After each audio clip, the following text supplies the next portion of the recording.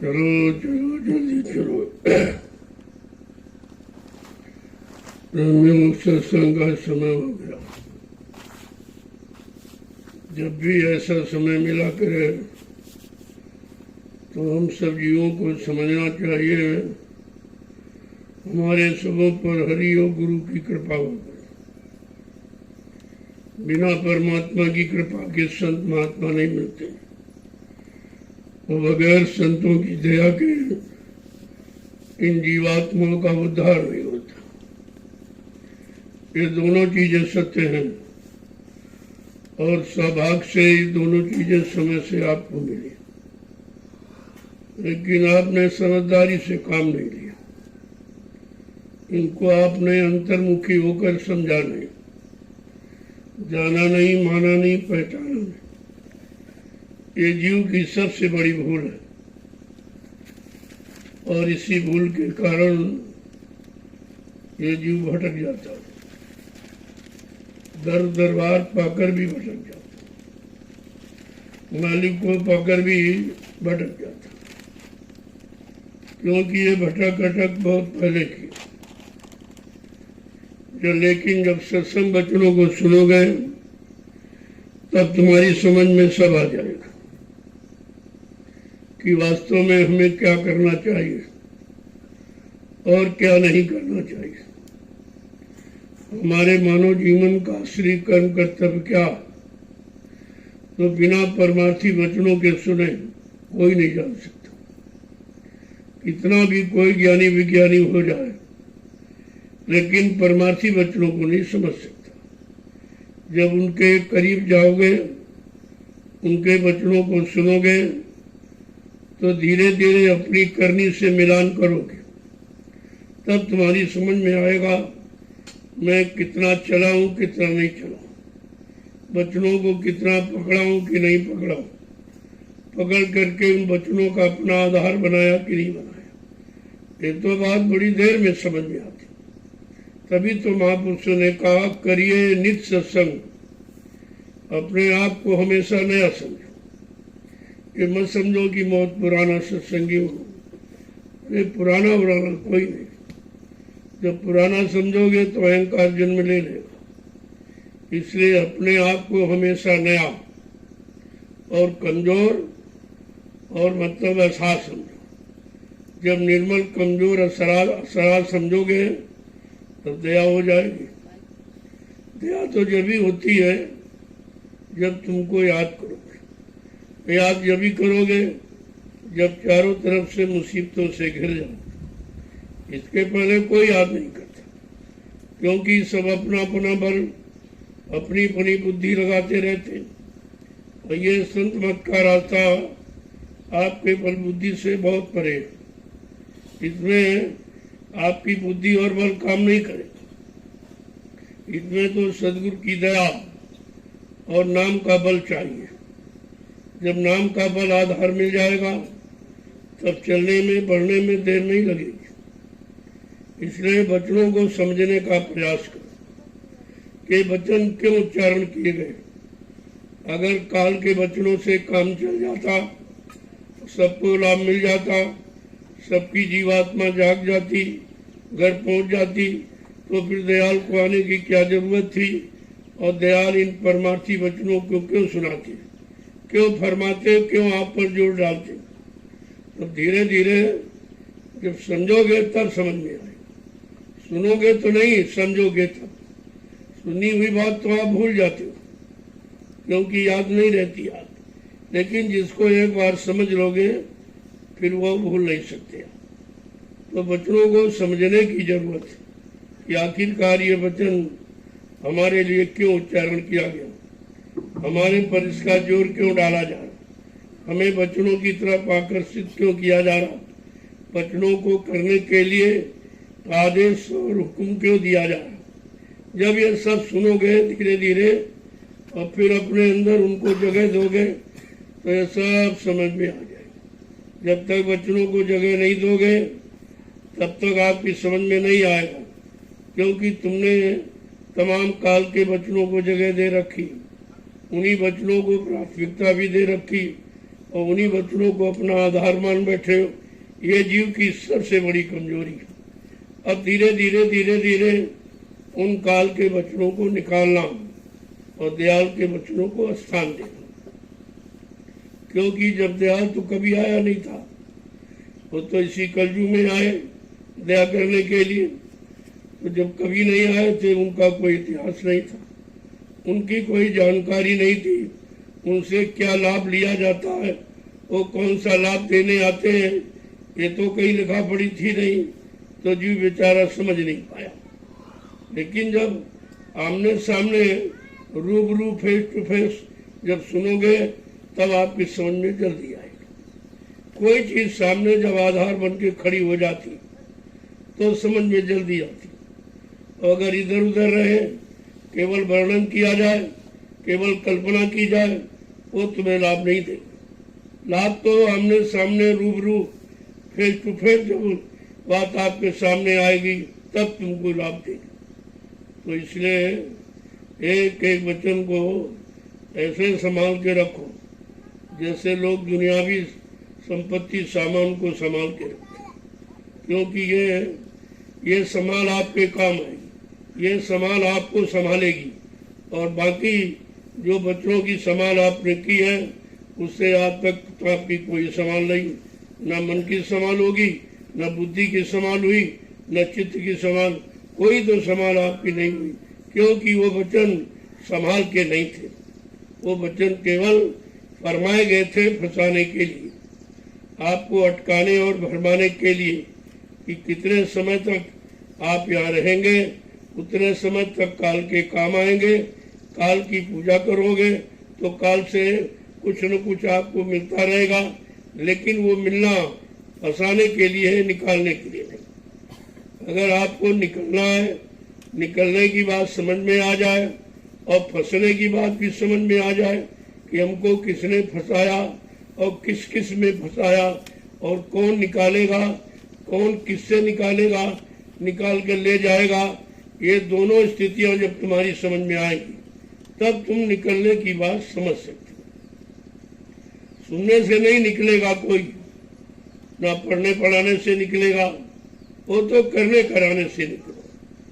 तो संत मत की करनी ही अलग है, वो निकलने की करनी है और काल मत की करनी फंसाने की। तो संत मत की करनी के लिए क्या कहा संतों ने कि भाई किस करनी से आप निकलोगे और किस करनी को करके आप फंसे, ये दोनों जानकारी देंगे। जब दोनों जानकारियों की आप तुलना करोगे और समझदारी के साथ, तो आपको समझ में आ जाएगा कि हमें निकलना चाहिए कि हमें फंस के ही रहना चाहिए। तो धीरे धीरे धीरे धीरे कोई काम करने लगोगे, जब काम वो तुम्हारे अभ्यास में आ जाएगा, चाहे कोई चिंतन हो, चाहे कोई मतलब यानी करनी हो, जब करने लगोगे तो धीरे धीरे वो तुम्हारे अभ्यास में परिवर्तित हो जाएगा। और जब अभ्यास में आ जाएगी तब धोखा नहीं देगा, क्योंकि जो काम करके आप देख लो उसके बारे में तो जानकारी होती है, और जो नहीं किया है केवल सुना पढ़ा है, तो उससे सुनने पढ़ने से करने का लाभ थोड़ी मिलेगा, वो तो करने का लाभ करने के बाद ही मिलता है। तो संत मत की करनी बड़ी न्यारी है, करनी करो मार मंडालो, बिल्कुल उल्टा। काल की करनी से एकदम उल्टी करनी है। करनी करो मार मंडालो, इंद्री भोग विसारो, इतना काम करो तुम अब की, तब आगे की सतगुरु जाओगे। जब इतना कर लोगे तब तुम्हें सतगुरु की बात समझ में आएगी कि हमारा आगा क्या है, पीछा क्या। हम पीछे चलते रहे, उसको आगा समझते रहे। जब आगे चलोगे तो पीछे का भी ज्ञान हो जाएगा और आगे का भी ज्ञान हो जाएगा, और दोनों को का लाभ आपकी समझ में आ जाएगा। इसलिए थोड़ा बच्चों को सुनो, उनकी पहचान क्या है, बाहर में क्या पहचान है और अंदर में क्या पहचान। जिसको बहिर्मुखी अंतर्मुखी कहते हो, वो तुमको बाहर में भी समझना पड़ेगा, क्योंकि अभी आप बाहर मुखी हो। बाहर ही तुमको दिखाया, सुनाया, समझाया, कराया गया, और अंतर्मुखी तो आपको बनाया ही नहीं गया। न अंतर्मुखी कोई साधना बताई गई, अंतर्मुखी में क्या करना है, अंतर्मुख को कैसे मोड़ना है और कैसे वो काम करना जिससे हमें छुटकारा मिल जाए। तो ये सब चीजें समझने की। बिना सत्संग के तो कोई नहीं समझ, बिना सत्संग के, बिना सदगुरु के ये बात समझ में नहीं आई। सत्संग भी चाहिए और सदगुरु भी चाहिए, यानी कराने वाला भी चाहिए और करने क्या किया जाए वो जानकारी भी चाहिए। जब दोनों चीजें तुम्हारे साथ हो जाएंगी तो पाने में और चलने में, पहुंचने में सहूलियत हो जाए। इसलिए दोनों चाहिए, संत चाहिए यानी सदगुरु भी चाहिए और उसकी सीख भी चाहिए यानी सत्संग भी चाहिए। जब सत्संग और सदगुरु दोनों बातें समझ में आ जाएंगी तब कहीं तुम्हारे काम के की शुरुआत होगी, यानी बनने की शुरुआत होगी। जय गुरुदेव, जय गुरुदेव, जय गुरुदेव, जय गुरुदेव। नाम किसका, जय गुरुदेव। नाम किसका, जय गुरुदेव। नाम किसका,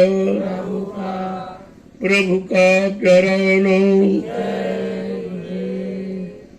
आज दयाल बाग में लघु सत्संग में सम्मिलित होने वाले समस्त सत्संगी प्रेमी जनों, बड़े सौभाग्य से अवसर मिलता है।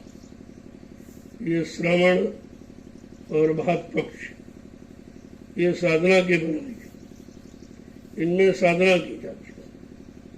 इनमें लोग शुभ कर्म करते थे, अच्छा खान पान करते थे। जो बुरा खान पान करने वाले वो भी श्रावण के महीने में व्रत करते थे, लेकिन अब वो कुछ दिनों के लिए करते थे और ये भी नहीं समझ पाए जितने दिन किया उसका लाभ क्या मिला। अगर ये लाभ की बात समझ में आ जाए तो फिर वो जीवन भर करते रहते, लेकिन वो किया और भूल गए, किया और भूल गए। इसलिए श्रावण का महीना श्रवण यानी सुनना, संत वाणी को सुनना, संत वचनों को सुनना और धीरे धीरे अपने जीवन पर अमल करना, तब तो ये श्रावण के महीने का अर्थ मालूम हो जाए। इसीलिए तमाम तरह के व्रत ये सब कराए गए, लेकिन व्रत का मतलब नहीं बताया। व्रत माने संकल्प होता है, व्रत माने कि ये नहीं खाए, ये नहीं खाए, ये कुछ उसे खाने पीने से उसका कोई संबंध नहीं। व्रत माने संकल्प, क्या अच्छा है, क्या बुरा है, क्या पाप है, क्या पुण्य है, क्या शुभ है, क्या अशुभ है, कौन माँ बहन बेटी बहन है, ये सब जानकारी संत महापुरुषों के वचनों की सुनने की। जगह जगह महात्मा इन वचनों को सुनाते थे, लोग शामिल शरीक होकर उन वचनों को सुनते थे और धीरे धीरे धीरे अपने जीवन में उतारने की कोशिश करते थे, तो उनको वचन के सुनने का लाभ मिलता। सुनने का मतलब ये नहीं सुनो और भूल जाओ, सुनो और भूल जाओ। श्रवण का मतलब यही है। अब ये श्रवण जो बहिर्मुखी आपको बताया जाता, ये तो बाहर के कान सुन लेते, लेकिन अंतर्मुखी श्रवण क्या है? अंतर्मुखी क्या सुनना है? वो आवाज किधर से आ रही, वो वचन किधर से आ रहे, वो शब्द किधर से आ रहा है। जब ये आपकी समझ में आ जाएगा तब तुम अंतर्मुखी वचनों को सुनने का प्रयास करो। लेकिन वो अंतर्मुखी वचन इन कानों से नहीं सुनिए। उसके सुनने के लिए आपकी जीवात्मा में काम है। उसको दृश्यों को, मंडलों को, मुकामों को देखने के लिए तुम्हारे जीवात्मा में एक आंख है और वहां की सुगंधी क्या है तो उसके लिए एक नाक है। ये दोनों चीजें में आप तीनों में फंसे और तीनों की जानकारी जो बाहर में सुन के फंस गए और अंदर में सुनने लो तो निकल जाओ। निकलना और फंसना जब दोनों समझ में आपके आएंगे तब कहीं तुम कुछ कुछ जान सकते हो, बहुत थोड़ा थोड़ा। पूरा तो नहीं जान सकते हो, लेकिन कुछ कुछ जान जाओ। जब कुछ जान जाओगे तो ज्यादा जानने की कोशिश करोगे। जब उस जानकारी और उस जानकारी में कोई अंतर करना सीखो, कि जो पहले जनाया बताया गया, अब ये जो महापुरुष बताते जनाते इसमें कितना अंतर है, लाभ में अंतर कितना, वो लाभ टिकाऊ नहीं है, लाभ टिकाऊ। वो तो सुना और भूल गए और किया और फंस गए, लेकिन ये लाभ सुनोगे तो भूलोगे नहीं और फंसोगे नहीं, बिल्कुल एकदम अपोजिट है, उल्टा। तो कहने का मतलब ये है कि जब तक वचनों को नहीं सुनोगे तो आप कैसे बच पाओगे कि हम फंस रहे हैं, कि हम निकल रहे हैं, फंसने का कारण क्या और निकलने का कारण क्या, फंसने का आधार क्या, निकलने का आधार क्या, ये सब जानकारी बिना वचनों के सुने नहीं मिली। इसलिए महापुरुषों ने कहा कि सत्संग तो तुमको हर पल घड़ी मिलना चाहिए, क्योंकि यहाँ इतना जीव बिगड़ गया उसको समझने के लिए, क्योंकि ये भारी बीमारी है। जब भारी बीमारी हो जाती तो डोज भी बढ़ाया जाता और डोज का समय भी बढ़ाया जाता कि कितनी बार लेना है और कितना कितना लेना। इसी तरह से जब वचनों का डोज समझ में आ जाए तो धीरे धीरे आपकी बीमारी विषयों की, भोगों की, मतलब यानी धीरे धीरे धीरे कम हो जाएगी। खत्म तो नहीं होगी, कम हो जाएगी, और जब कम हो जाएगी तो एक दिन खत्म भी हो जाएगी। पहले कम करना सीखो। तुम एक बार की चाहते हो खत्म हो जाए, खत्म, ऐसा कहाँ हो सकता। कितने युगों से, कितने जन्मों से फंसे पड़े, वो एक बार में कैसे यानी मतलब समझ में आ जाए, कैसे तुम अलग हो जाओगे। लेकिन जब अलग होना आपने शुरू कर दिया तो एक न एक दिन जरूर अलग हो। अब अलग हो गए, फिर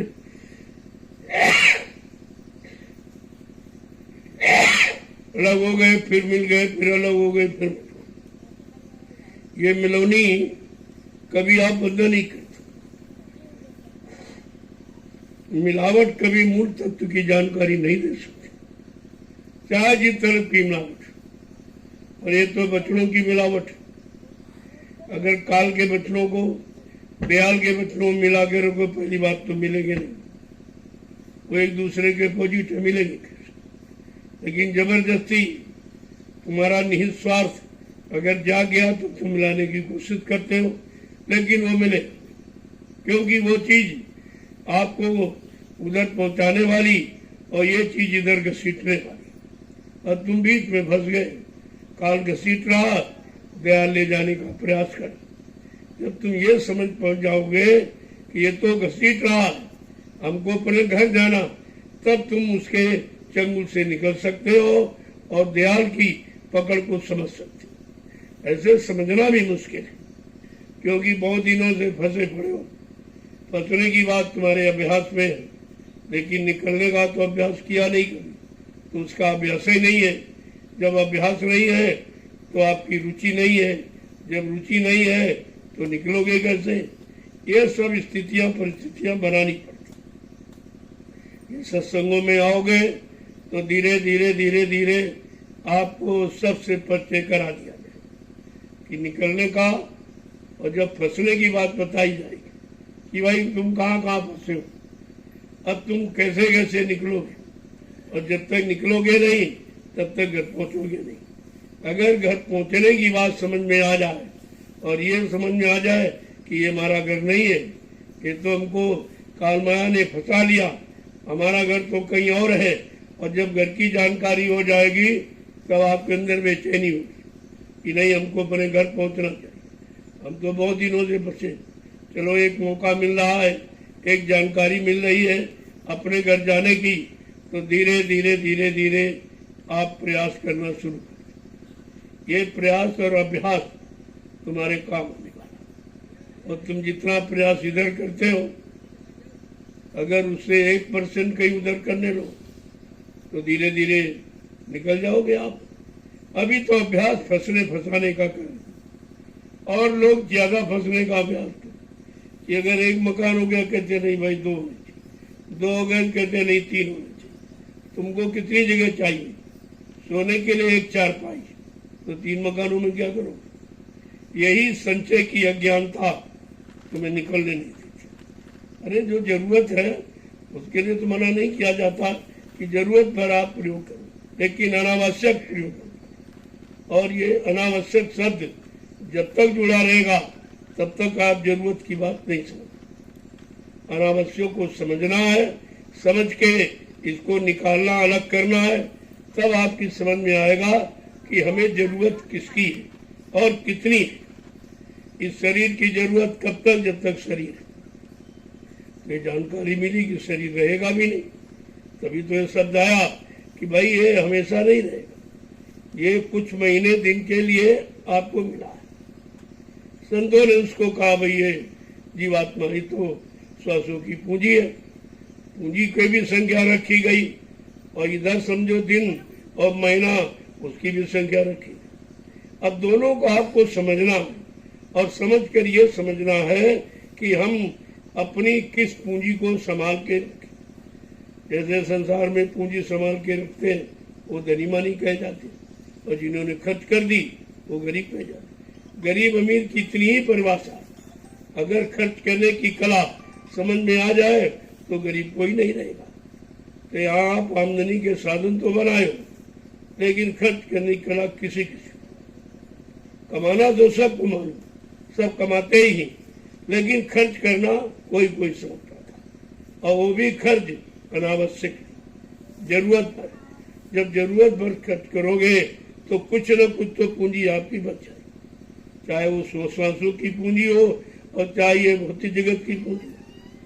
पहले बात तो ये पूंजी कमाने का ढंग क्या है, तरीका क्या है। अगर तरीका ही गलत है तो भी वो गलत बुद्धि आपको देगी और गलत जगह ही आप प्रयोग करो, अच्छी जगह नहीं करो। जैसे सपोज आप सुनो कि इस तरफ तो पूंजी नहीं करो। अब डॉक्टर के यहाँ जाते तो 1000 रुपये फीस देते और यहाँ आते तो 10 रुपये देते।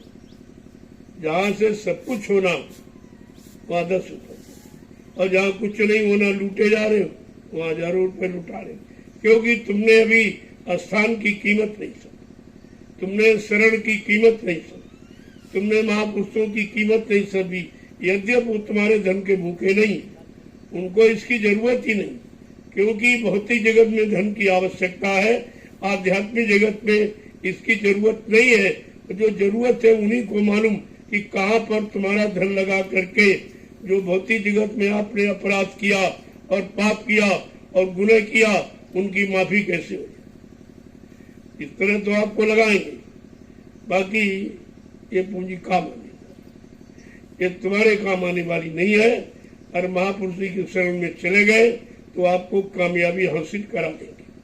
उनको मालूम है कि भाई कैसे ये धन, वैसे धन लाभकारी है, लेकिन अगर खर्च करने की कला मालूम हो जाए कि कहाँ खर्च करना है, कहाँ नहीं करना, कि किधर की तरफ जाना, किधर की नहीं जाना, तो जब तक सत्संगों में नहीं आओगे तो आपको पता ही नहीं चलेगा। क्योंकि जहाँ लगे हो तो बहुत पहले से लगे, और महापुरुष कहते नहीं भाई वहां नहीं लगना, वहां लगे हो तो लगे ही रह गए, कभी हट नहीं पाए हो। अब इधर की तरफ लगो जहां से तुम्हें उधर से हटना हो जाए और इधर से जाना और पहुंचना हो जाए। देखो दोनों काम आपके, हटना भी सीख लो और अपने असली घर जाना पहुंचना भी सीख लो। जब दोनों चीजें आपकी समझ में आ जाएंगी तो रहते हुए आप फंसोगे नहीं, करते हुए आप फंसोगे नहीं, लेते देते रखते ही आप फंसोगे नहीं। अगर फंसना सीख गए तो यहाँ की हर वस्तु आप कामयाबी करा लोगे, लगा दोगे, उससे भी लाभ आपको मिल जाएगा। इसीलिए सत्संग वचनों को सुनाया जाता कि सत्य का संग करने पर सब झूठ समझ में आ जाए। ये झूठ क्या है, इस झूठ ने हमारा कितना नुकसान किया, कितने समय और जीवन को नष्ट किया, ये तो समझ में तभी आएगा जब संतों के सत्य वचन, जिसे सत्संग कहते, वो करोगे तब आपको हासिल। इसके पहले कुछ नहीं आता। तो कहा ये करेगा कौन, कहा ये गुरु करेगा और कोई नहीं करेगा। गुरु का मतलब चेतन ज्ञान करेगा। गुरु कोई हाड़ मांस का पुतला नहीं है, वो तो आधार है, क्योंकि हाड़ मांस के पुतले में तुम्हारी जीवात्मा बैठी है। जीवात्मा के कल्याण के लिए उनको हाड़ मांस का शरीर लेके आना पड़ा। नहीं आप समझ नहीं पाते। और कोई शरीर धारण कर ले तो आप बोली भाषा नहीं समझ। अगर कोई शरीर न धारण करे और बोले तो आपको कोई भूत प्रेत आ गया। वो तो तुम्हारी सहूलियत समझ के लिए ये मानव तन धारण किया, बाकी इसका कोई मतलब नहीं। अब मतलब तुमको है, निकलना तुमको है, जगाना जीवात्मा तुमको है, घर पहुंचाना तुमको है। इतने तुम्हारे काम के लिए उन्होंने मानव तन धारण किया। लेकिन जब मानव शरीर मिल गया, उससे आपको शारीरिक लाभ मिल गया, शारीरिक शांति मिल गई, तो धीरे धीरे धीरे धीरे वो शांति तुम्हारी परिवर्तित होने लगती कि अब असली शांति करनी। चलो 5 तत्व वाले शरीर को तो शांति मिल गई, लेकिन जीवात्मा को शांति कैसे? वो तो कोई शरीर धारण करती नहीं, उसमें इस जैसे कुछ है नहीं। वो तो निखालिस शुद्ध है, पाक साफ निर्मल पवित्र है, उसको तो कोई चीज चाहिए ही नहीं। और यहाँ का कोई सफाई का यंत्र से काम करेगा नहीं, धो सकता नहीं। तो महापुरुषों ने क्या कहा, जरा उसको सुन लीजिए, तो धीरे धीरे आपकी समझ में आ जाए। जो साधक जाग जाता, जिसकी जीवात्मा जाग जाती है, तो वो उनके इस जिस्म को भी महत्व देती है। और महत्व देने के बाद जब इधर काम होने लगता है, तब वो उधर की बात करती है। फिर इधर की बात नहीं करती, उधर की। इधर की बात जब तक करोगे जब तक इधर समझ नहीं पाओगे, इधर से निकल नहीं पाओगे, तब तक उधर की बात नहीं करोगे। कहा वो जागी हुई सूरत क्या कहती है कि गुरु मोही अपना रूप दिखाओ, गुरु मोही अपना रूप दिखाओ, गुरु मोही अपना रूप दिखाओ। कहते अपना रूप, जीवात्मा को अपने घर पहुंचाने वाला वो रूप। ये तो रूप आपने दिखाया तो यानी काल माया की जड़ता से निकलने का, ये जगाने का और वो घर पहुंचाने का। तो आप दोनों रूप दिखा दीजिए। तो पहले इस रूप की तो महिमा समझो। ये रूप किस लिए धारण किया गया, इस रूप का मतलब क्या है, और ये रूप कहाँ तक तुम्हारा काम करेगा, सब बता रहे खोलकर कि ये तो रूप धरा तुम सरगुण, ये तो रूप धरा तुम सरगुण, ये तो रूप धरा तुम सरगुण, ये तो रूप धरा तुम सरगुण।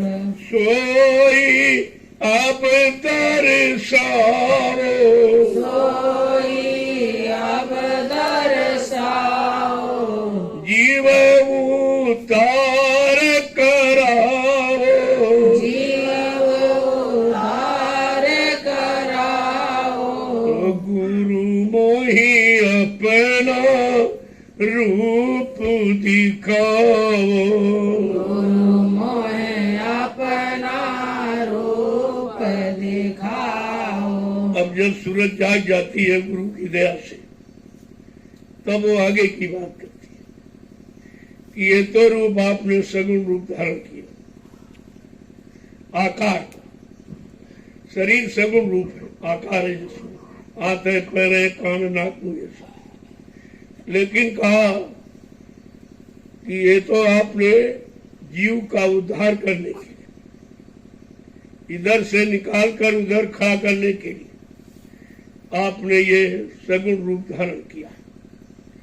लेकिन आगे क्या कह रही है कि रूप तुम्हारा अगम अपारा, रूप तुम्हारा अगम अपारा, रूप तुम्हारा अगम अपारा, रूप तुम्हारा अगम अपारा, सोई अब दर्शाओ, सोई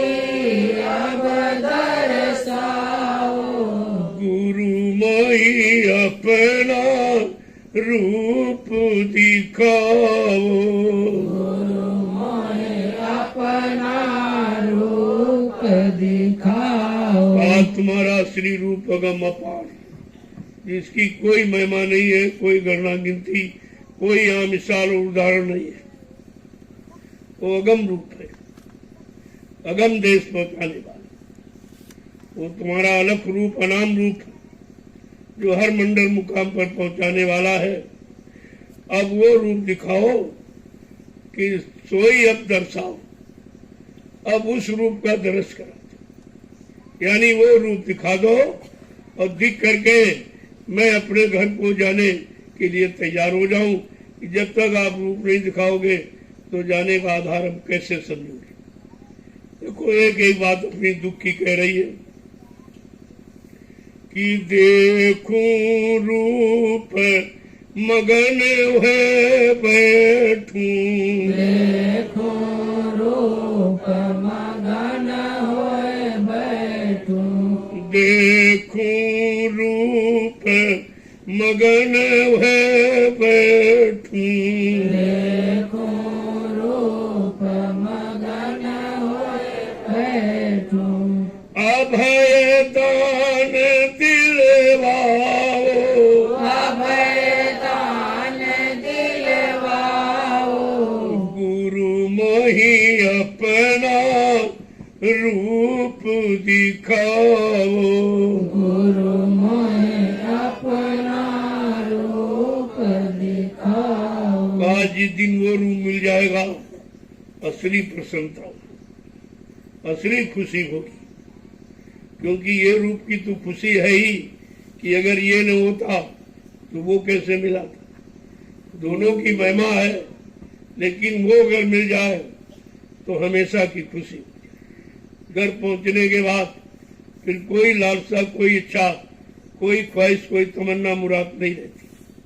तो क्या कह रहे हैं? अभय दान दिलवा। जो भय है, यहाँ इस रूप को देखकर भी भय, शंकाएं तमाम तरह की कि पता नहीं ले जाएंगी, नहीं ले जाएंगे, बीच में छोड़ देंगे, क्या मौज हो जाएगी। क्योंकि यहाँ तो मौज बदलती रहती है और उस रूम में कोई मौज नहीं, वो एक ही मौज है, घर पहुंचाने की। इसलिए कहती अभय दान दे। ये जो भय और शंका बीच में आ गई आपके प्रति, ये खत्म, ये शंका न रहे। क्योंकि पंचभौतिक शरीर में शंका रहती कि तरह तरह की लीला होते, तरह तरह की व्यवस्था, तो व्यवस्था लीला देख के जीव भ्रमित हो जाता कि अभी ये कहते थे, अभी ये क्यों कर रहे हैं और इसकी क्या जरूरत। यानी मतलब उसे मालूम तो है नहीं, ये सब तुम्हारे लिए करते। जो भी हो रहा सब जीव की, वो अपने लिए कुछ करते नहीं कि वो अपना, उनका कोई काम, उनका अपना काम यही है कि तुम्हारी जीवात्मा जग जाए, घर पहुंचे।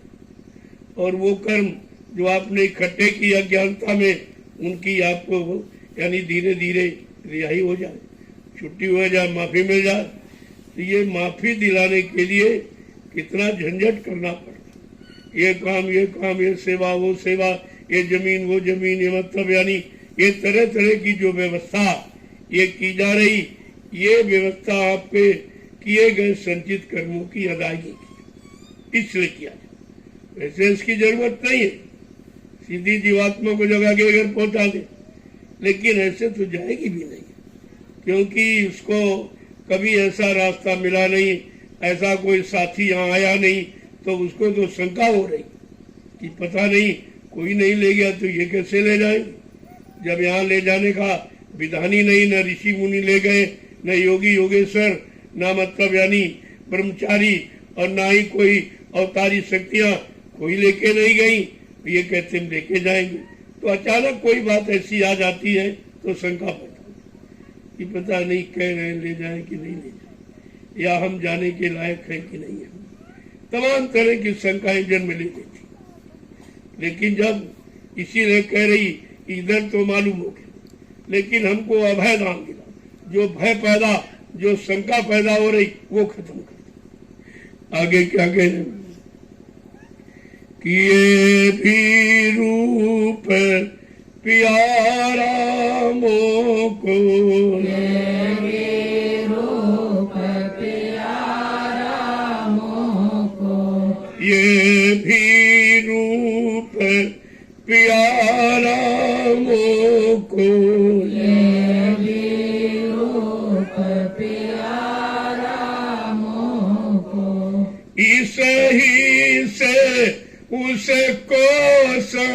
समझाओ, सही से उसको समझाओ। गुरु मोहि अपना रूप दिखाओ, गुरु मोहे अपना रूप दिखाओ। हमको तुम्हारा ये भी रूप प्यारा, क्योंकि निकलने का ज्ञान इसी रूप से मिला, ले जाने का रास्ता इसी रूप से मिला। हमको भौतिक जगत विषय भोगों से निकालने का रास्ता इसी रूप से मिला। ये तो ये हमको प्यारा है ही, लेकिन इसी से उसको समझा। अब इसी से हमको उधर की तरफ जानकारी दे दो, उधर बता दो, समझा दो, यानी पहुंचा दो। एक एक वचन को देखो कैसे कह रही, वो इसलिए कह रही कि हमारी सबकी यही हालत है, हमें आपको भी इसी तरह इधर निकलना और उधर जाना है। इसलिए जीवों के हित में ये वचन फरमाए जाते कि जीव ने कभी ये सुना है नहीं, निकलने की बात किसी ने बताई नहीं। क्यों जो आए वो सब फंसाने वाले आए, निकलने वाला तो कोई आया नहीं। तो उसको निकल कर भी शंका हो रही कि चलो निकाल तो दिया है, लेकिन पता नहीं उधर ले जाए कि नहीं। जब कोई ले ही नहीं गया, इतना इतिहास इतने युगों का पड़ा, कोई उधर गए नहीं, कोई उधर ले ही नहीं गया, और इधर से निकालना भी किसी ने, क्योंकि जो आए सब इधर ही फंस गए। इसी रात पाट धन दौलत मान सम्मान अधिकार पद पत्री बाल बच्चों में फंस गए, निकला कोई नहीं था। तो उसको शंका हो रही, भाई कोई नहीं निकला है, कोई निकालने वाला आया नहीं, तो क्या ये निकालने वाले हैं, क्या निकाल कर ले जाएंगे? तरह तरह की शंका पैदा करती, लेकिन शंका का निवारण भी चाहती है कि हमारा निवारण कर दो, हमें विश्वास दिला दो। आगे क्या कह रहे हैं लोगों, किस तरीके से कि ये भी रूप प्यारा मुख, ये भी रूप आपका बहुत प्यारा है, क्योंकि इसी से हमको ज्ञान मिला और इसी से निकलने की युक्ति मिली है, और इसी ने इधर से उधर निकाला है, ये भी शक्ति बल दिया। लेकिन उधर पता नहीं पहुंचाएगा कि नहीं पहुंचाएगा, क्योंकि उधर जाने की बात तो अब समझ में आई। जब सत्संग को सुना, उनकी दया को पाया और निकलने का रास्ता दिया, और उसमें अपनी बल पुरुष शक्ति के द्वारा निकला, जीव तो निकल भी नहीं सकता। तो क्या कह रहे कि बिन इस रूप काज नहीं होई, बिन इस रूप काज नहीं होई, बिन इस रूप काज नहीं होई, बिन इस रूप काज नहीं होई। क्यों कर वाही लखाओ, क्यों करवाही लखाओ, गुरु मोहि अपना रूप दिखाओ।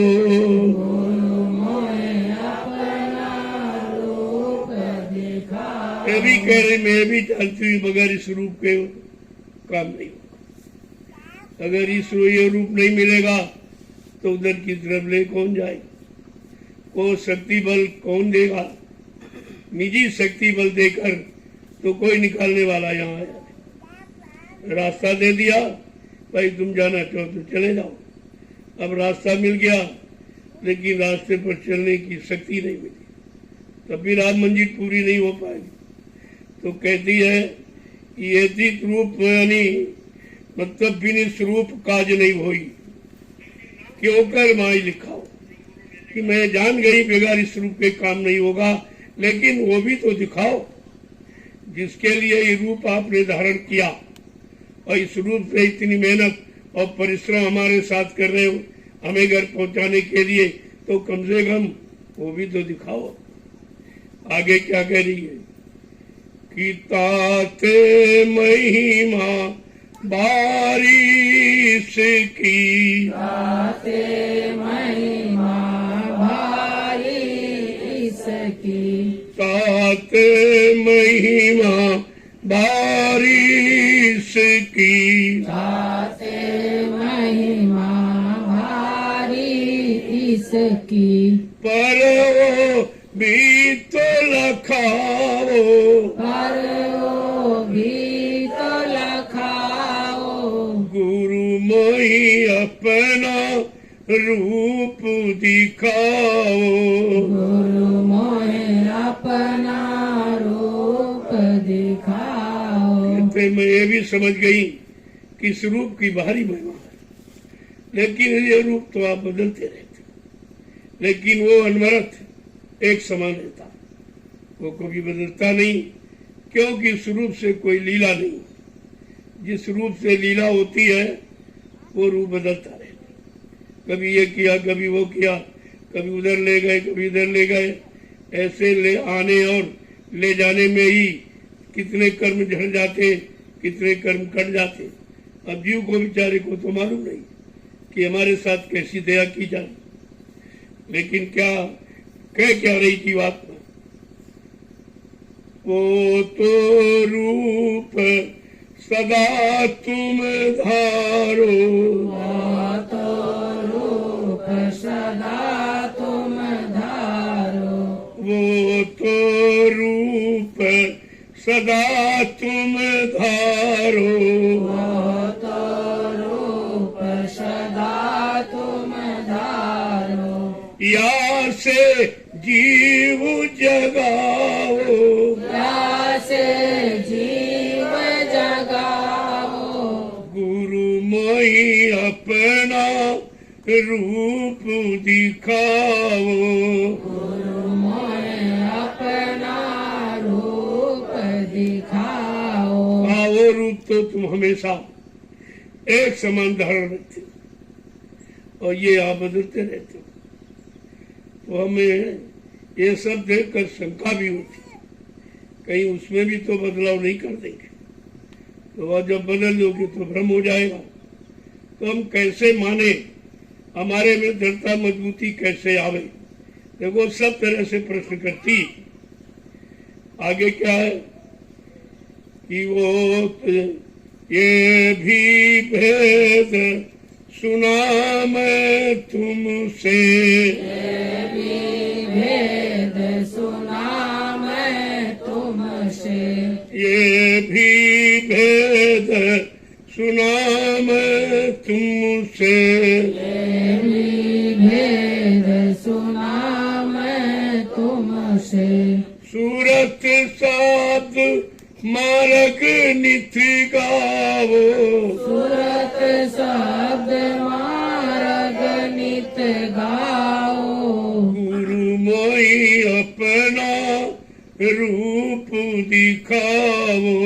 गुरु मोहे अपना रूप दिखाओ। ये सारा भेद जानकारी मैंने आपसे आपके सत्संग बच्चों से सुनी, लेकिन कह रही है तो सब ठीक है, लेकिन वो सूरत शब्द मार्ग जो आपने वर्णन किया है सत्संग में कि सूरत शब्द मार्ग नित्य का, वो जो सूरत शब्द असली मार्ग रास्ता नित घर जाने का, अरे उसके बारे में तो बताओ, जानकारी दो। आगे क्या कह रही है कि सप्त रूप जो रूप तुम्हारा, शब्द रूप जो रूप तुम्हारा, शब्द रूप जो रूप तुम्हारा, शब्द रूप जो रूप तुम्हारा, वहाँ में भी अब सुरति पठाओ, वामे भी अब सुरति पठाओ, गुरु मोहि अपना रूप दिखाओ। गुरु मोहे अपना रूप दिखाओ। क्या मैंने सत्संग में आपके द्वारा सुना है कि शब्द रूप जो असली रूप तुम्हारा है वो शब्द रूप, वो आकार नहीं है, वो शरीर नहीं है, वो शरीर के अंग नहीं है, कहा असली रूप तो तुम्हारा वो है, कहा वो भी दिखाओ और यहाँ में भी अब सूरत उठाओ, और इससे जो तुम्हारा ये सद्रूप है इससे जीवात्मा को घर पहुंचाते हो। अब हमको भी घर पहुंचाते हो। पठाने का मतलब भेजना, पहुंचाना। आगे क्या कह रहे हैं कि डरता रहूं मौत और दुख से, डरता रहूं मौत और दुख से, डरता रहूं मौत और दुख से, डरता रहूं मौत और दुख से, निर्भय कर अब मोहि छुड़ाओ, निर्भय कर अब मोहि छुड़ाओ, गुरु मोहि अपना रूप दिखाओ, गुरु मोहि अपना रूप दिखाओ। का इस रूप में पंचभौतिक में तो डर है मौत का और दुख का, क्योंकि इसकी मौत भी होगी और दुख सुख आते जाते रहे। कहा ये भी भय, इस भय से भी मुक्त करा दो, न हमको यानी मौत का डर रहे न दुख का, और निर्भय, इन सबसे निर्भय मुक्त करा के अब मुझे घर पहुंचा दो तो ये झगड़ा ही खत्म हो जाए, ये शंका संदेह भूल भ्रम का ये झगड़ा झंझट खत्म हो जाए। आगे क्या कह रही है कि दीन दयाल जीव हितकारी, दीन दयाल जीव हितकारी, दीन दयाल जीव हितकारी, दीन दयाल जीव हितकारी, सतगुरु स्वामी काज बनाओ, सतगुरु स्वामी काज बनाओ, सतगुरु स्वामी काज बनाओ, सतगुरु स्वामी काज बनाओ, गुरु मोहि अपना रूप दिखाओ, गुरु मोहि अपना रूप दिखाओ। आपका नाम दीन दयाल है। जब दीनों पर दया करते हो तो मुझ जैसी दीन पर भी दया करते हो। आप दीन और हितकारी, दीनों पर दया करने वाले, दीनों का भला कल्याण करने वाले हो। तो कहा सदगुरु स्वामी मेरा भी एक काम बना था, जो कितने युगों का भूला बिछा मैं यहाँ भटक रही हूँ, कोई संभाल करने वाला, कोई उधर की तरफ ले जाने वाला, कोई इधर से छुटकारा दिलाने वाला मिला ही नहीं। अब आप दीन दयाल हो, दीनों पर दया करते हो और सबके हितकारी हो, तो मुझ जैसे दीन अभागिन पर भी अपनी दया दृष्टि करो और मुझको भी घर पहुंचा दो। देखो इस तरह से जब दीनता और गरीबी आ जाएगी तब कहीं तुम्हारे असली काम की शुरुआत होगी। काल के यहाँ तो तरह तरह के गरुड़ गुमान घमंड है, इसी में मतलब यानी पते रहते हो ये मान वो सम्मान। संत महापुरुषों ने तभी कहा रे भाई मान और पान क्यों चाहे, पड़ेगा सब तो दे दे। ये मान सम्मान भी कर्म कर जा, किसी का ले लोगे तो दोगे, नहीं तो आपको देना पड़ेगा। इसलिए आपको सेवा लो भी और अपनी सेवा करो भी, दोनों काम, सेवा लो सेवा दो, तब दोनों की अदायगी होगी। अब तुम कहते हो नहीं नहीं हम सेवा करेंगे, किसी की लेंगे नहीं, तो फिर लेने के लिए आना पड़ेगा, फिर तुम्हारा छुटकारा कहाँ।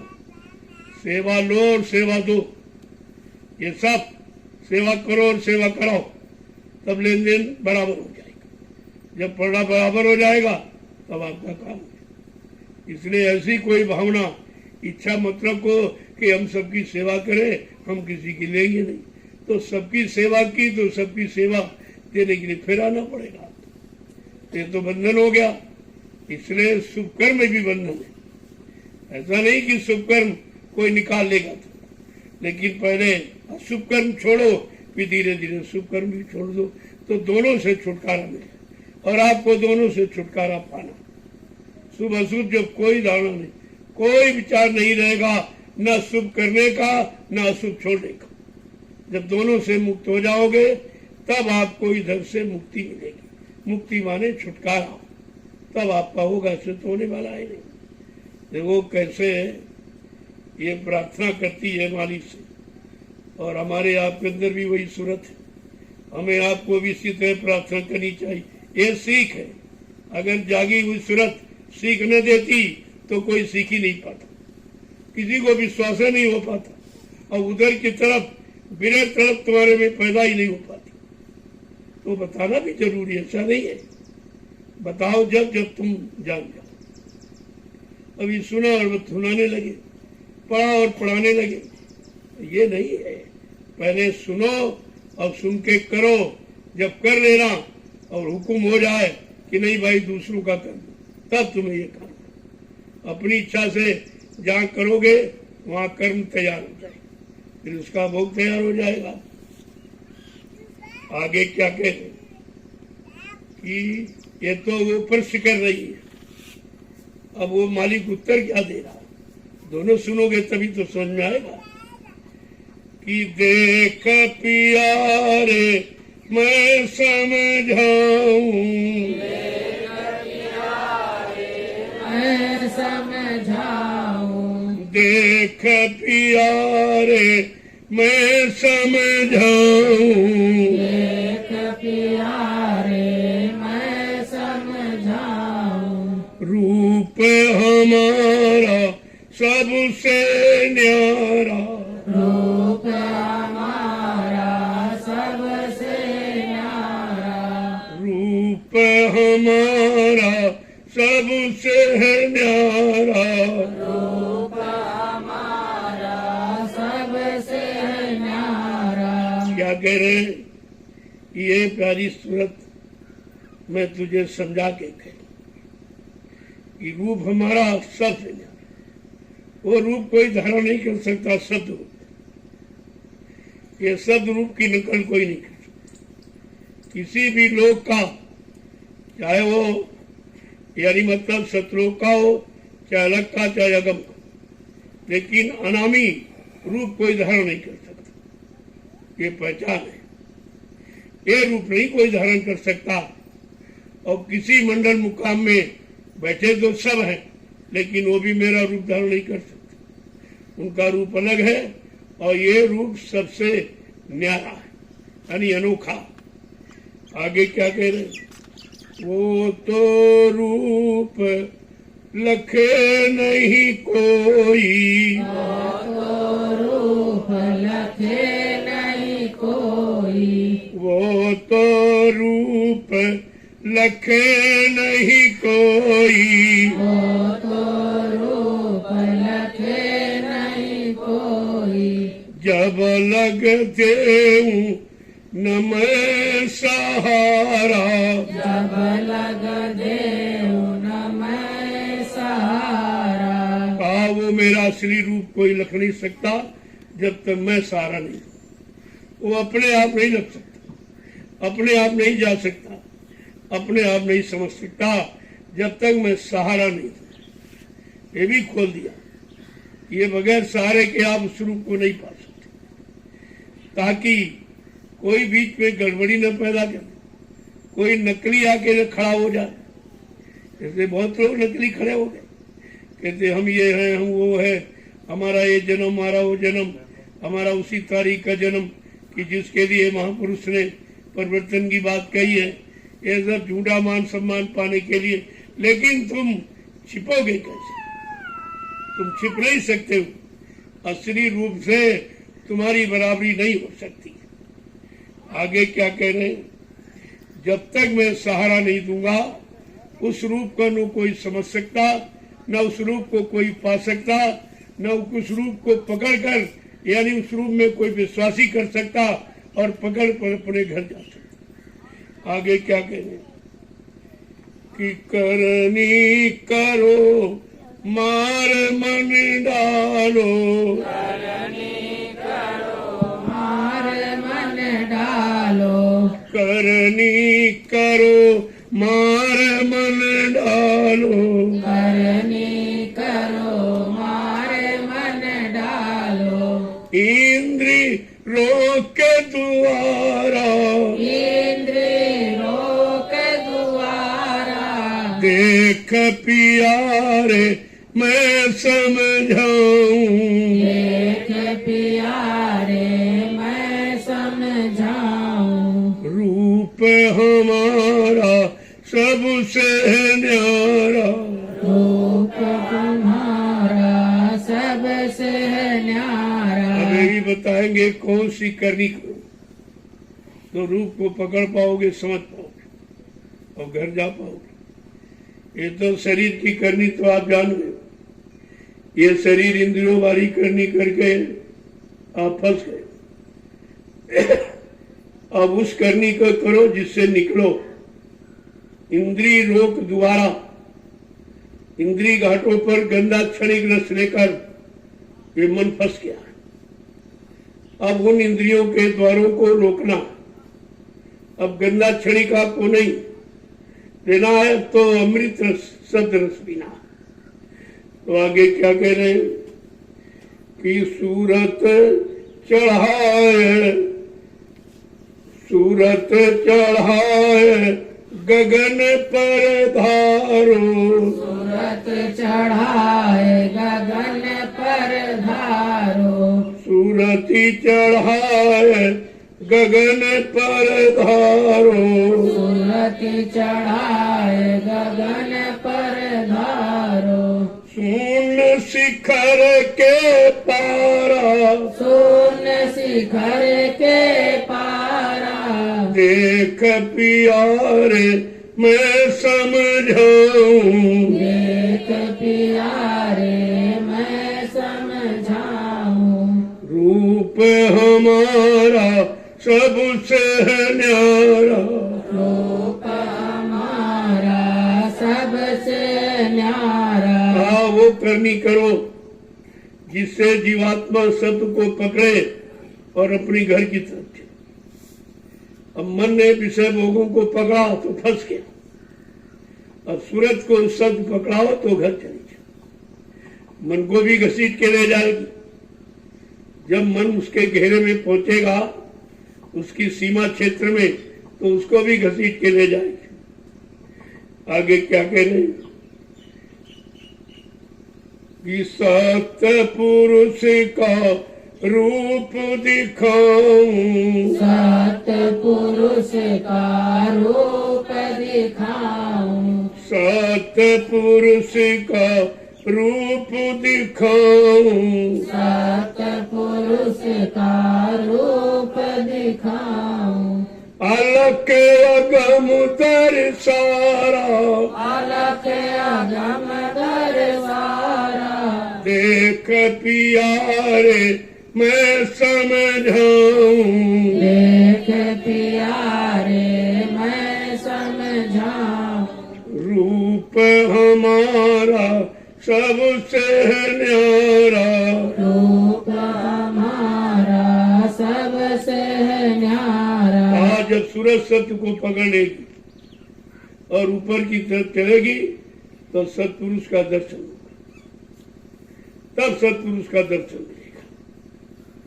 क्या कह रही है महापुरुष? क्या कह रहे हैं कि सत्य पुरुष का रूप दिखाऊं और अलग अगम दर्शा, अलग अगम के उस पार है वो सत्यलोक में नहीं है। सत्यलोक अलग अगम के उस पार अनाम देश, वहां पर अनामी महापुरुष बैठे, कहा उनसे मिलाऊं, सबका दर्शन दीदार, अलग पुरुष का, अलग पुरुष का, अगम पुरुष का और अनाम पुरुष का, ये सब का दर्शन मिलेगा। क्या कह रहे कि ताके आगे सतगुरु स्वामी आगे आगे सतगुरु स्वामी ताके आगे सतगुरु स्वामी ताके आगे सतगुरु स्वामी वो निज रूप हमारा वो निज रूप तुम्हारा वो निज रूप हमारा वो निज रूप हमारा देख प्यारे मैं समझाऊं देख प्यारे मैं समझाऊं वो रूप हमारा सबसे न्यारा रूप हमारा सबसे न्यारा। इन सब के आगे सतगुरु स्वामी जो अनामी धाम में बैठे हैं का वो मेरा सिर है। इनमें भी मिलता जुलता लेकिन असली तो वो सब चीज बताएंगे। सतलोक में भी है, अलख लोक में, अगम लोक में, लेकिन असली रूप अगम अनामी धाम। जब वहां से आऊंगा तब जीवों का कल्याण करूंगा। इसके बीच में आकर संदेश तो दूंगा, जानकारी पूरी दूंगा, लेकिन असली धाम पहुंचाने का वादा नहीं करूंगा। वादा नहीं करूंगा।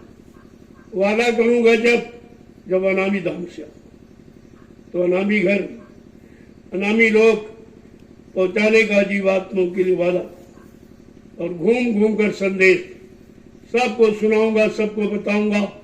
कोई जात पात का, कोई छोटे बड़े, गरीब अमीर, पढ़े लिखे अनपढ़ का, हिंदू मुसलमान का, स्त्री पुरुष का कोई झगड़ा नहीं है, क्योंकि ये संदेश जीवात्माओं की। जीवात्मा स्त्रीलिंग पुरुष होती है। वो जब शरीरों में आई है और उसी शरीर, उसी की चेतनता से ये शरीर चेतन का रूप धारण किए। जिस दिन उस सूरत की चेतनता समाप्त हो जाएगी, ये शरीर जड़ में परिवर्तित हो जाएगा। आगे क्या कह रहे कि तुम्हारी चिंता मैं मन धारी, तुम्हारी चिंता मैं मन धारी, तुम्हारी चिंता मैं मन धारी, तुम्हारी चिंता मैं मन धारी।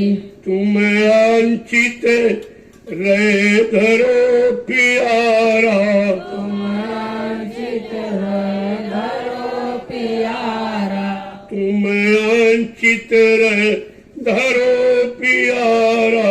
तुम अंचित रहे धरो प्यारा। क्या कह रहे हैं? तुम्हारे लिए मैंने ये चिंता धारण की। तुम्हारी चिंता में मनधारी है। मैं अपने अंदर तुम्हारी चिंता को धारण करके आया हूं कि तुम्हारी ये जन्म जन्मांतर की चिंता घर जाने की, मालिक से मिलने की खत्म। कह रहे और क्या? अब तुम अब अंचित रहो, कोई चिंता मत करो। तुम्हें चिंता करने की जरूरत नहीं है। ये तुम निश्चित कर लो अपने अंदर कि हमारी चिंता किसी ने ले ली है। अब हमको जाने की, पहुंचने की चिंता नहीं है।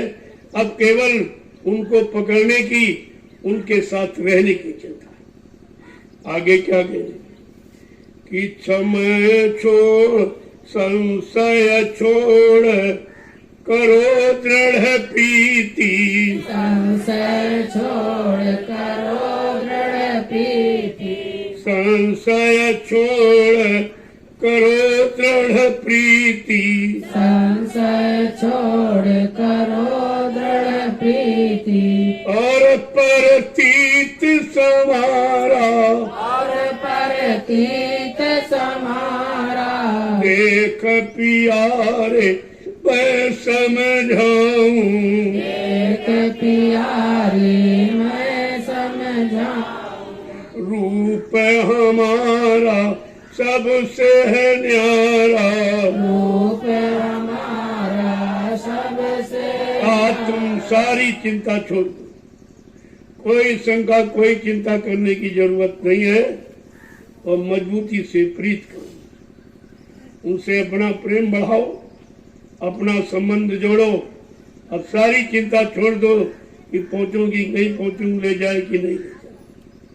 क्या कह रहे हैं आगे, क्या कह रहे हैं?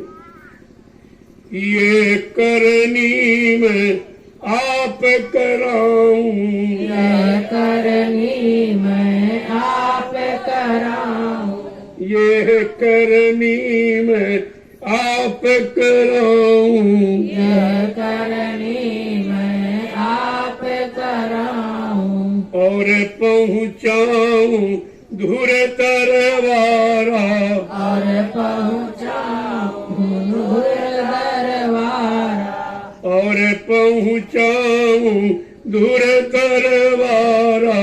और पहुंचाऊं दूर दरबारा, देख प्यारे मैं समझाऊं, देख प्यारे मैं समझाऊं, रूप हमारा सबसे न्यारा, रूप हमारा सबसे न्यारा। कहते ये भी करनी तुम्हारे बस की नहीं, ये मैं खुद कराऊंगा। देखो किस तरह का वादा जो किसी ने नहीं किया कभी। कहीं ये करनी भी मैं कराऊंगा जो घर पहुंचाने, ये तुम अपने आप नहीं कर सकते, तुम्हारे बस की नहीं है। इसलिए ये सब चिंता खत्म करो। मैंने तुम्हारी चिंता के कारण तुम्हारी चिंता को लेके आया हूं और चिंता को दूर करने के लिए आया। क्या कह रही? ये करनी मैं आप कराऊं और पहुंचाऊं धुर दरबारा।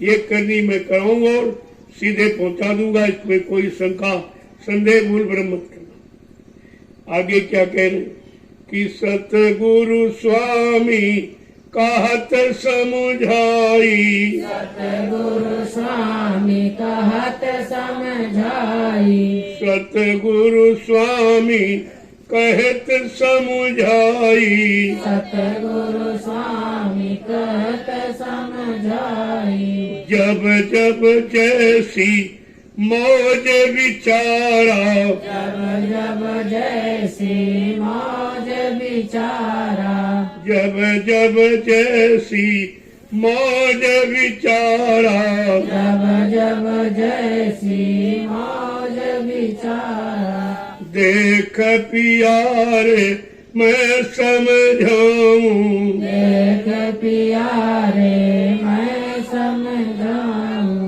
रूप हमारा सबसे न्यारा, रूप हमारा है सबसे न्यारा। सदगुरु स्वामी माने कुल मालिक।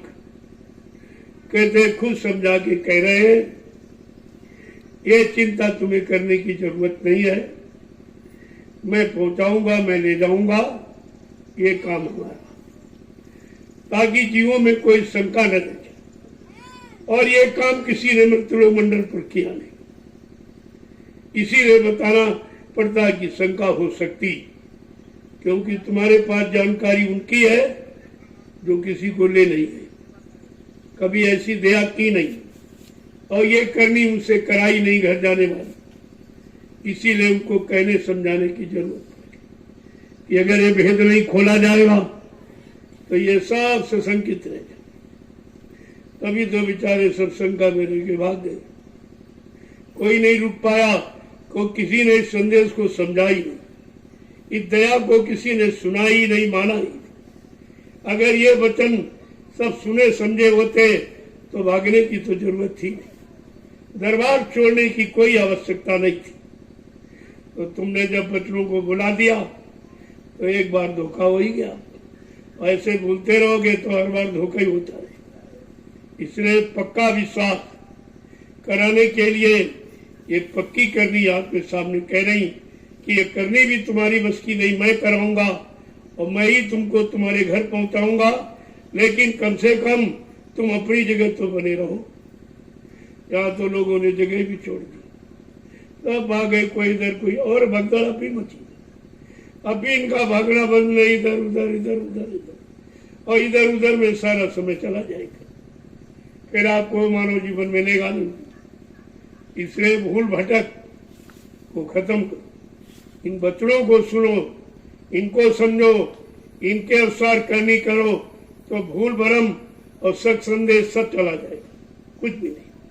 अगर ये नहीं करोगे तो कुछ। इसलिए कलयुग के जीव को सत्संग की महती आवश्यकता, बहुत बड़ी जरूरत है। अगर सत्य का संग नहीं मिलेगा और सत्य के संग करने की जिज्ञासा नहीं पैदा होगी तो फिर ये तो कभी काम नहीं हो पाएगा। इसलिए कहा तुम इसकी चिंता ही मत करो, क्योंकि तुम्हारे बस का ये नहीं है, तुमने कभी किया ही नहीं है, तुम कभी घर पहुंची नहीं हो, कितने युगों से यहाँ भटक रही हो, तो तुम्हारे अंदर भटक की जानकारी अटक की है, लेकिन निकलने और अपने मालिक से मिलने पहुंचने की जानकारी नहीं। इसलिए इस संदेश को देना अनिवार्य हो गया। ये भेद खोला जीवों के हित में बड़ा जरूरी है। अब इस भेद को पकड़ के रखो, बस अपने सीधे काम में लग जाओ। जब तुम्हारे बस का नहीं है तो बार बार ये क्यों चिंता करते? कहा तेरे हित चिंता में धारी, मैंने तुम्हारी चिंता को दूर करने के लिए मैं तुम्हारी चिंता को अपने ऊपर लेकर और तुम्हें अंकित करने के लिए, चिंता रहित करने के लिए आया हूं और तुमको तुम्हारे घर पहुंचा दिया। अब इसमें क्या बाकी नहीं, केवल बीच में बाकी है विश्वास। अगर विश्वास हो जाए तो सब कुछ हो जाए, और विश्वास हट गया तो कुछ नहीं, कुछ नहीं। बिन विश्वास में कोनो सिद्धि, बिना विश्वास के तो कोई काम सिद्ध हो ही नहीं सकता। विश्वास तो सर्वोपरि है, और आपने विश्वास किया नहीं और भूल गए तो अलग हो गए, चले गए, बेचारे बिखर गए।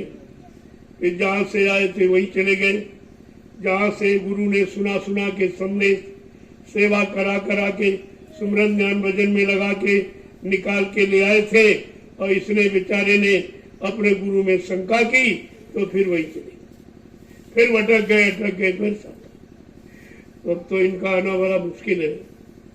जब खुद ही दया करे, खुद ही डोरी खींचे, तब तो हो सकता। जीव के बस की बात नहीं है, जीव के बस की बात है भागना और शंका संदेह भूल भ्रम करना, ये उसकी बस की बात, यही वो करता है और यही तुम कर सकते हो, और यही करनी तुम्हारे लिए धोखे का कारण बन जाती। जय गुरुदेव, जय गुरुदेव, जय गुरुदेव। नाम किसका? अब आप लोग खड़े हो,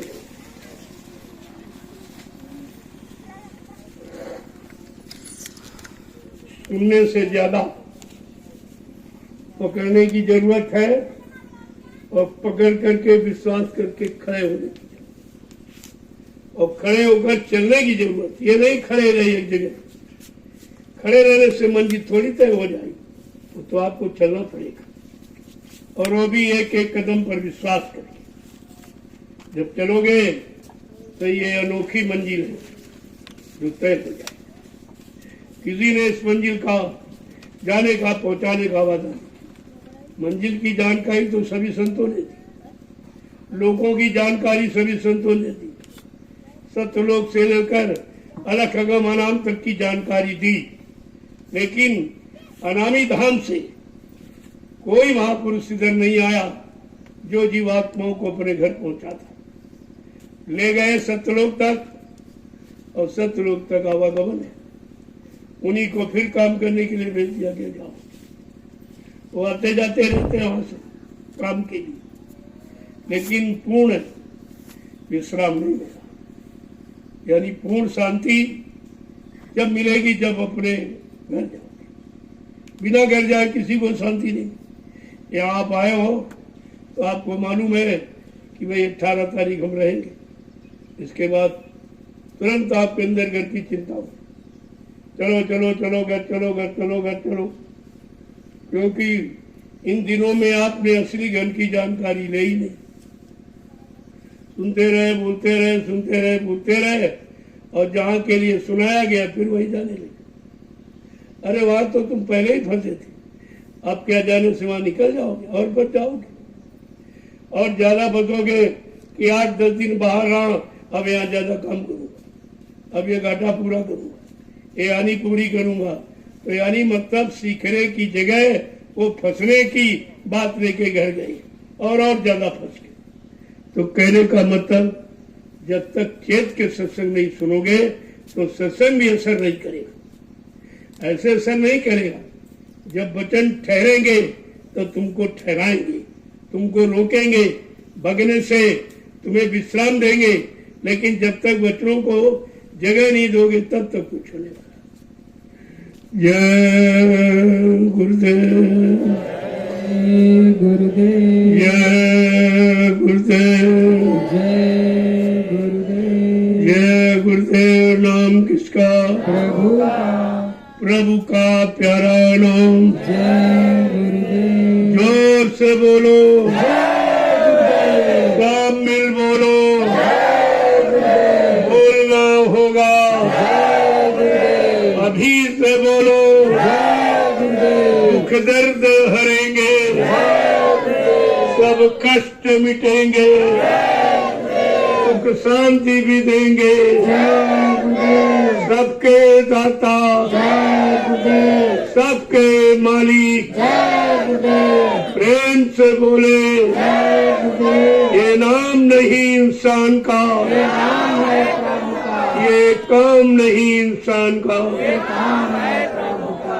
प्रेमियों, ये नाम बार बार आपको जानकारी दे रहा है कि जितने नाम आज तक इस मंडल पर आए, जो काम किसी ने नहीं किया, जो वादा पूरा किसी ने नहीं किया, वो ये नाम, इसलिए जानकारी दी।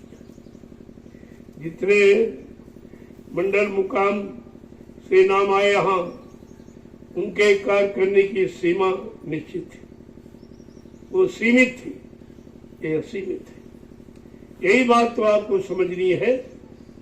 उनसे कुछ गिने चुने लोगों का काम हुआ, कुछ गिने चुने लोगों को लाभ दिया।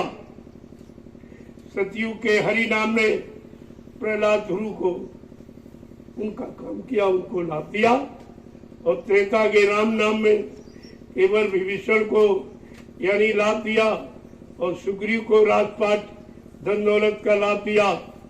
और द्वापर के नाम ने गोपिकाओं ग्वाल बालों को लाभ दिया। लेकिन ये लाभ, ये नाम सबको लाभ, सारी सृष्टि को लाभ देने वाला ऐसा नाम इस भूमंडल पर कभी नहीं है। यही महिमा आपको समझनी चाहिए। और इस नाम को अनवरत 24 घंटे लगातार कंटिन्यूस याद करना चाहिए। ये तुम्हारे जीव से उतरना नहीं चाहिए। ये जीवा पर इसको अंकित कर लो, बिठा लो। चलते फिरते, उठते बैठते, काम करते नाम ना बिसरे। अगर नाम नहीं भूलेगा तो काम हो जाएगा, तब आपका काम हो जाएगा। कहते नहीं, इसको बुलाना नहीं है, ये बुलाने वाला नाम नहीं है, ये कुछ ही चंद लोगों का इतिहास बनाने वाला नाम नहीं, ये कलयुग का इतिहास बनाने, कलयुग के समस्त जीवों का इतिहास बनाने वाला। ये सब जानकारी रखनी चाहिए। जय गुरुदेव। अब आप लोग चलिए, उधर आपकी सेवा है वो जरूर करो। ये किए हुए कर्मों, ये पाप कर्मों की अदायगी उधर से, ताकि तुम्हारा भजन बच जाए। ये भजन को बचाने के लिए ये रास्ता खोला गया कि सेवा करके पाप कर्मों को अपना उतार लो और भजन तुम्हारा बच जाए। जो भी आप 1 मिनट, 10 मिनट, 20 मिनट जो भी करते हो वो आपका सुरक्षित बच जाए। इसलिए ये सेवा रखी गई। सत्संग वचन सुनकर सेवा के भाव पैदा करो और सेवा करके अपने पिछले पाप कर्मों को उतारो, ताकि तुम्हारा भजन सुरक्षित बचे। जय गुरुदेव।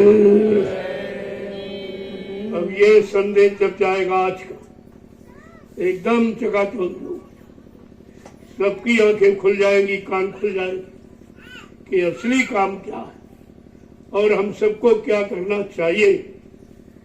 तब गुरु की महिमा, उनके नर रूप की, उनके सत्य रूप की, दोनों की महिमा समझ में आ जाएगी।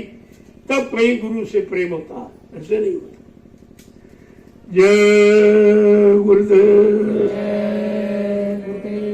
देखो 5 दिवसीय जो आध्यात्मिक संदेश का समय रखा, उसमें राष्ट्रहित में भी और उसमें समाज देश हित में भी और उसमें जीवात्माओं की, ये मिला जुला संदेश आपको मिलेगा। उसका समय 5 दिन, 12 तारीख से कि 13 से,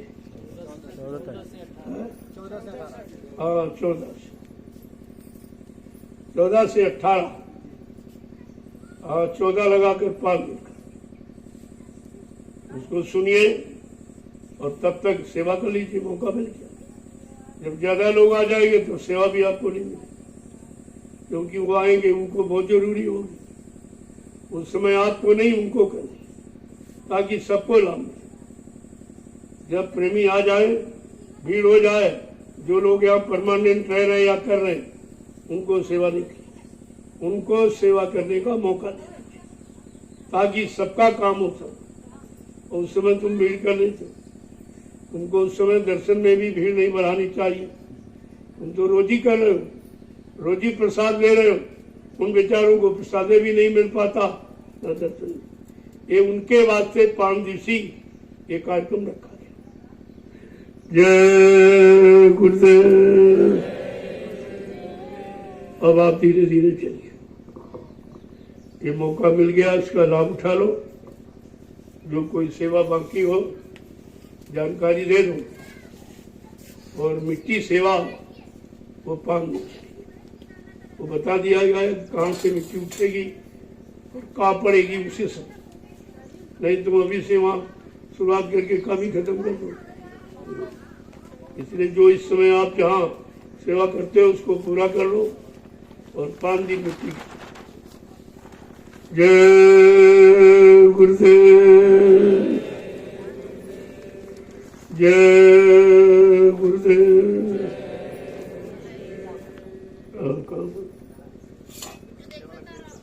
हाँ, भंडारा के पीछे जो खेत आपने लिया अपनी गाड़ी कमाई से, उसकी सफाई करो, क्योंकि वहां पर लोग भंडारा लगा देंगे। वैसे हम तो गए, पहले वो खतौनी ले लो और उसको बुला लो जिसका खेत दिया, उसके सामने खड़ा करके जरीब तुम्हारे यहाँ रखी है, अपनी जमीन की नाप करो, अपना नाप निकाल लो। तुमको किसी की जरूरत नहीं है, अपनी संभाल के रखो, क्योंकि उस जमीन से कुछ काम होगा और दूसरे की ले लो तो उनका काम हो जाएगा, तुम्हारा नुकसान हो जाएगा। तुमको अपनी जमीन को मतलब यानी कवर करना है और वहां से पड़ी मेन डालो, तो उन दोनों को बुला लो ताकि उनको कोई शंका न हो कि भाई हमारी जमीन ले ली। यहाँ जमीन लेने आया नहीं गया, यहाँ जमीन पर काम करने के लिए। बात तुम समझी नहीं पाती। जमीन तुम बहुत दिनों से लिए बैठे हो, क्या किया? कुछ नहीं किया। न भौतिक सुख मिला और अध्यात्म तो जानते ही नहीं हो। ये तो आध्यात्मिक सुख देने के लिए इस भूमि पर आया गया है कि भाई जो सुख सबको मिला नहीं है अब सबको मिल जाए, सबका काम, लेकिन सब नहीं। वो लेने वाले का भाव नहीं तो कैसे ले? आप जबरदस्ती दे नहीं सकते। इसलिए अपने काम का निशाना पक्का। ये जमीन आप जो निरंतर ले रहे हो, ये आगे आने वाले जीवों की। आप जब तक रहेंगे तब तक तुम तो अपना काम करोगे ही, लेकिन तुम्हारे जाने के बाद ये जमीन तुमको लाभ बराबर देती रहेगी। ये इतना बड़ा ये लाभ इस पे छिपा हुआ। इसलिए आपको ऐसे काम में आपकी गाड़ी कमाई लगाई जाती है कि तुम्हारे कुछ साथ चले। वैसे तो यहाँ से कोई लेके गए नहीं। राजे महाराजे सब छोड़ के, अकल्पित धंधे खजाने छोड़ के चले गए और कुछ कर नहीं पाया और ना अच्छे काम में लगा पाए, और वहां यानी मतलब नरकों में जमराज की जूतियों की मार खाए। तो पूछ रहा तुमको धन दिया गया था, तुमने कोई अच्छा काम नहीं किया, अच्छे काम में नहीं लगाया, लोगों के काम आने वाला तुमने कोई काम नहीं किया, केवल खाते रहे सोते रहे, वो फिर दंड देता। दंड देता मानव जीवन खाने सोने के लिए नहीं मिला, परमार्थी सेवा शरीर से करते और धन मन तन सब लगा देते तो तुम्हारा जीवन ही सार्थक हो जाए। जय गुरुदेव। अब आप चलिए, शाम को मिलूंगा आपसे। हमको तो प्रसाद ही आपको रो दिया जाता। जब तक सेवा करोगे, तपस्या करोगे, तब प्रसाद का काम दवा का रूप धारण कर लेता। तमाम तरह की बीमारी परेशानी शंका संदेह को दूर कर देता। ये ऐसे नहीं किया जा रहा, इसका बहुत बड़ा तुम्हारे जीवन में लाभ है जो किसी ने नहीं दिया। अब आप चलिए, अपनी अपनी सेवा में लगे।